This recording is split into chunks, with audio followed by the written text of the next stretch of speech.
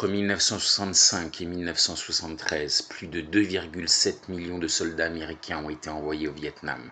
Leur expérience a été marquée par un environnement hostile, des combats asymétriques contre le Viet Cong et l'armée nord-vietnamienne, ainsi qu'un soutien populaire décroissant aux États-Unis. La conscription, service militaire obligatoire, touchait surtout les classes populaires et les minorités, hispaniques ou afro-américaines, alors que les étudiants pouvaient être exemptés bien que certains étaient draftés.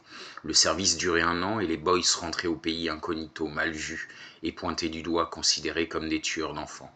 Ils faisaient 3 mois de préparation militaire extrêmement dure où on leur apprenait à devenir des tueurs. Beaucoup étaient démotivés en raison de l'hostilité croissante du peuple vietnamien et du manque de clarté dans les objectifs militaires. Cette guerre est asymétrique et éprouvante, en raison d'un terrain hostile, forêt dense, chaleur extrême, maladies tropicales comme le paludisme ou la dysenterie. En raison de la guérilla du Viet Cong, attaques surprises, tunnels souterrains, embuscades. En raison des pièges et des mines, les soldats devaient faire face aux pièges boboy, pics en bambou empoisonnés et aux mines artisanales.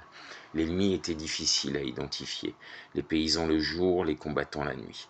Beaucoup souffraient du syndrome du stress post-traumatique, PTSD après la guerre. Patrouilles dans la jungle, souvent longues et épuisantes. Opérations de search and destroy ont brûlé les villages suspectés d'abriter des combattants Viet Cong. Bombardements massifs au napalm ou à l'agent orange qui détruisaient les paysages et affectaient la population locale et les soldats. Entre deux missions, les soldats se reposaient dans des bases militaires avec des bars et des distractions. Beaucoup fumaient du cannabis ou prenaient de l'héroïne pour supporter la pression.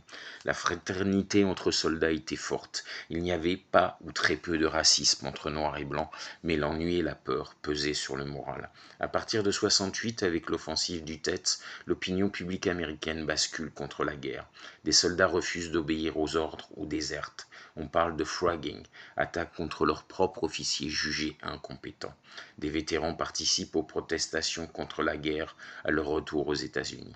Au total, 58 000 Américains furent tués, plus de 300 000 blessés.